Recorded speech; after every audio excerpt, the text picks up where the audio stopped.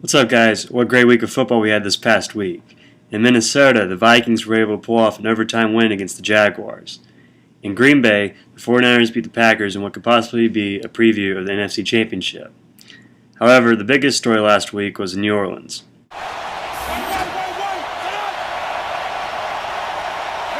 Robert Griffin III, 6 for 6 on the Redskins' first possession.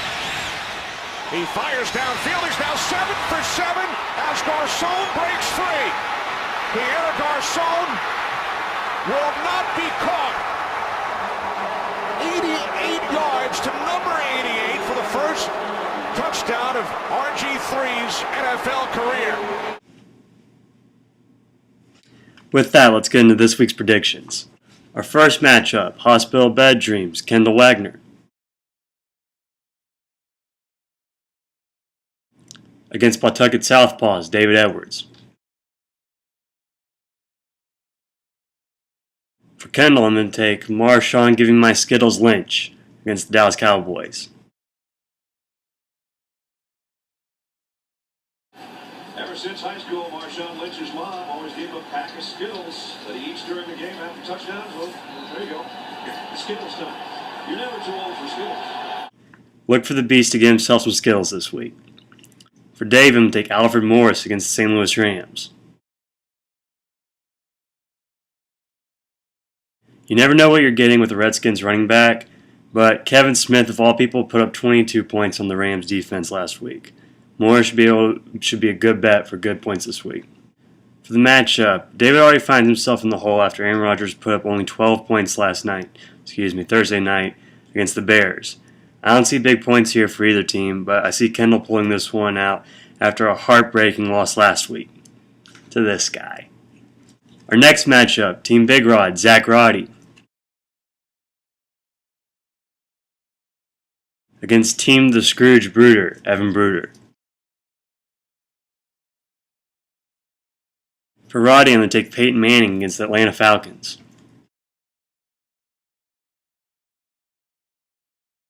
After his game last week, it's safe to say that the man is back. And no, I'm not talking about his commercials. Hey, Peyton. Welcome back. Thanks, Papa. What are we going to do to kick off this season? Same thing as last season. 1 million free Papa John's pizzas. Good idea. 2 million free pizzas. I like it. No. 1 million free Papa John pizzas. 2 million pizzas it is. Let's do it. All season long, Papa John's has 2 million free pizzas for Papa Rewards members. Sign up now at papajohns.com, where a large buffalo chicken pizza is $10 or any large $2 more. Better ingredients? Better pizza. Papa John's. Really? 2 million free pizzas? Wait till you see what's next. Can't wait to see what's next for Peyton as he goes against a Falcons secondary that was torn apart by Matt Castle last week. For Scrooge, I'm going to take Dwayne Bowe against the Buffalo Bills.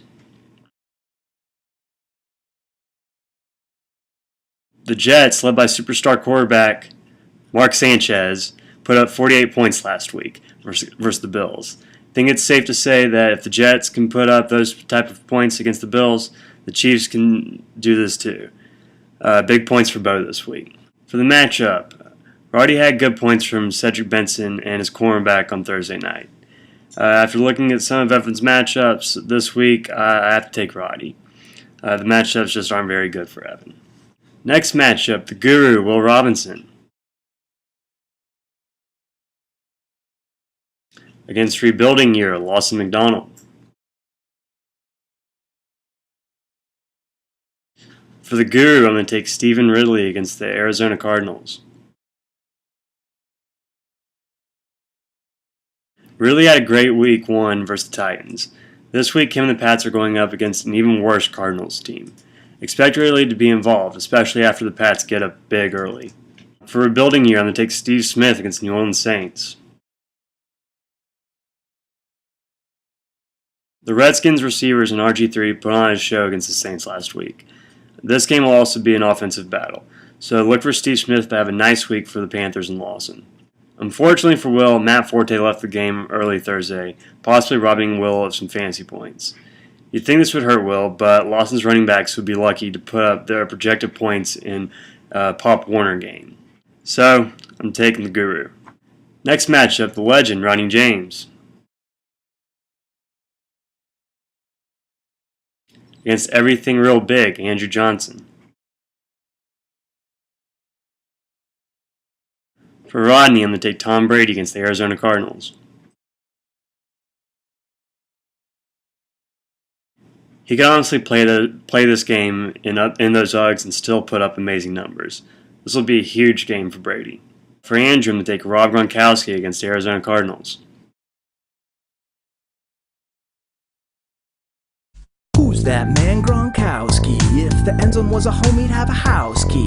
6'6", he's never been in any danger, even though 3 years ago he was a teenager. Shopping for him must be so hard to do, cause he wears a massive size 16 shoe. He went to college in Arizona, and he calls BB Jones when he gets a Gronk boner. Who's that man? That's Rob Gronk. What's he gonna do? He ain't gonna stop. Let us all enjoy the show that commences as he destroys opposing defenses.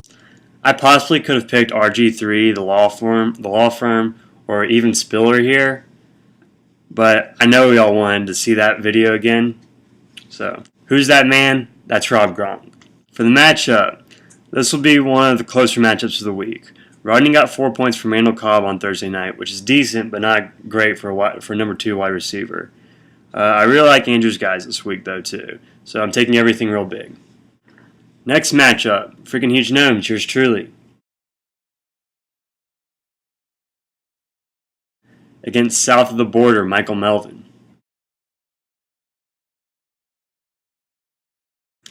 After a miraculous 29-point comeback on Monday Night Football, I'd like to give a shout out to my defensive tackle Geno Atkins, my safety Eric Weddle, and my kicker Nate Kading. You three have earned a spot in the Gnomes Hall of Fame, which includes Phillip Rivers, Mike Wallace, and Reggie Hodges. This high was short-lived though, because just like that, things began to look like last year. Those Packers DBs, they couldn't get Brandon Marshall open all game. First time they target him, and Willie, what happens? I guess the ball hit him in the wrong place, Chris. It hit him in the hands. And after having double coverage the whole game, he's wide open. The cornerback falls down. He couldn't have put it in a better place than that. For Melvin, I'm going to take Adrian Peterson against the Indianapolis Colts. The fake ESPN tweeted last Sunday that the Vikes-Jags game was competitive in the same way a kickboxing match between two paraplegics is competitive. With AP looking good though, this paraplegic is on steroids. For the matchup, as I said, I was extremely optimistic after last week, but after getting only 7 points from Michael Bush and Brandon Marshall on Thursday night, I'm not liking my chances this week.